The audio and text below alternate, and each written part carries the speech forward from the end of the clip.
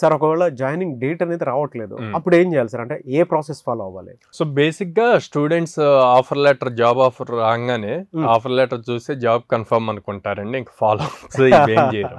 So ఇక్కడ నేను ఒక ప్రొసీజర్ చెప్తాను. ఏంటి అంటే, మీకు జాబ్ ఆఫర్ లెటర్ మెయిల్కి వస్తుంది.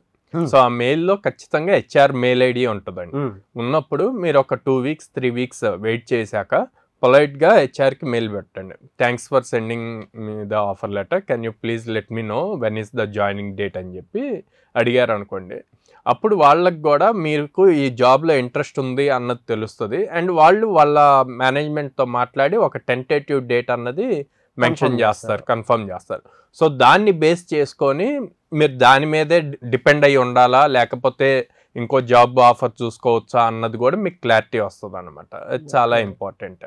సో ఒక పొలైట్ వేలో రిక్వెస్టెడ్గా ఒక మెయిల్ అన్నది పంపించి, అవును, అలా పెట్టుకోవటం వల్ల రేపొద్దున డిలే అవుతున్నా కూడా 1.5 year 2 yearsకి మీకు ఆఫర్ వచ్చినా ఇది మీరు చూపించడానికి ఉంటుంది. నేను అప్పుడే అడిగాను, సో ఇట్లా చెప్పారు, నేను వెయిట్ చేస్తున్నాను, సో నౌ ఐఎమ్ ఎలిజిబుల్ మీరు ఇచ్చిన దానికి అని చెప్పి ఒక ప్రూఫ్ అన్నది ఉంటుంది అనమాట.